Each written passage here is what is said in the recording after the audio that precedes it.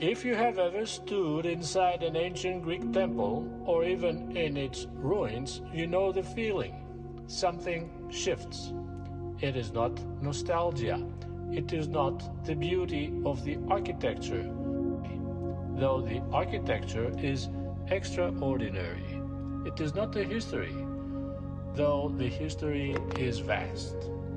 It is something else, something that happens in the body before the mind has time to explain it.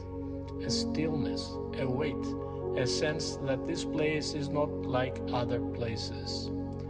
Most people feel it and say nothing, because there is no rational framework to put it in. In sacred geography, I argue there is a framework, and it is not mystical, it is precise.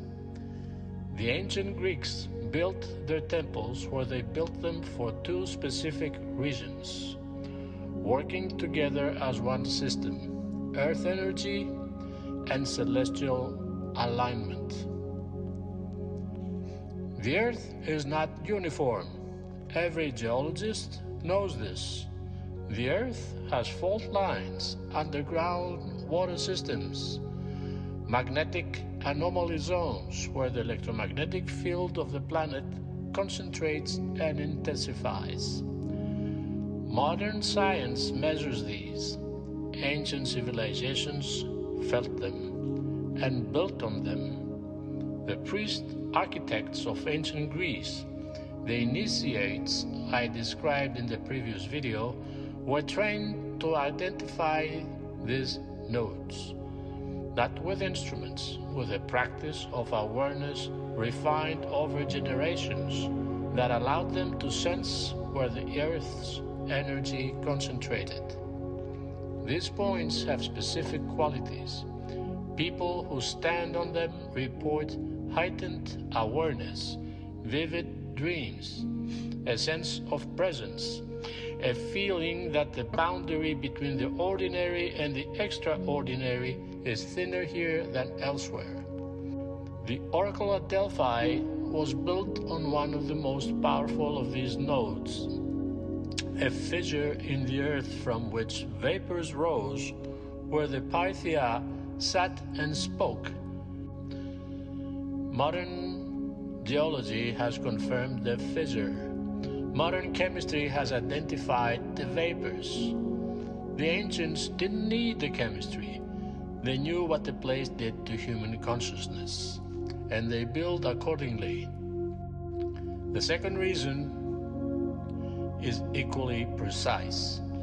Every major Greek temple is oriented toward a specific point in the sky, not randomly, not approximately, with an astronomical accuracy that requires years of observation and a sophisticated understanding of the relationship between terrestrial geography and celestial movement. The Parthenon is oriented so that on a specific day of the year, the birthday of Athena, the rising sun enters the temple and illuminates the statue of the goddess directly. The temple of Apollo at Delphi is aligned with the rising sun at the summer solstice. The temple of Poseidon at Sunion, which you can see from the sea, is aligned so that the sailors approaching from specific directions would see it catch the first light of dawn, as if the god himself was signaling from the headland. This is not decoration. This is function. The temples were designed to be activated by the movement of the sky, to become at specific moments of the year the exact point where heaven and earth met. Here is what sacred geography argues and what took me years of research to document. These two systems were not separate, they were one.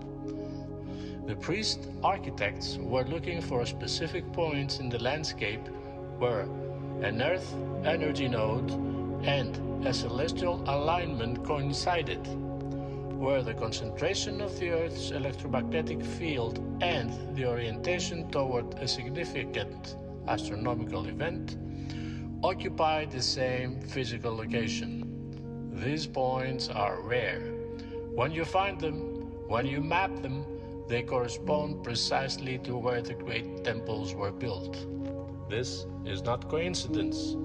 This is the result of a knowledge system that understood the earth and the sky as a single unified geometry, that understood the human body as a receiver capable of being tuned by the right environment to receive frequencies that expand consciousness, deepen awareness, dissolves the boundary between the ordinary self and something larger.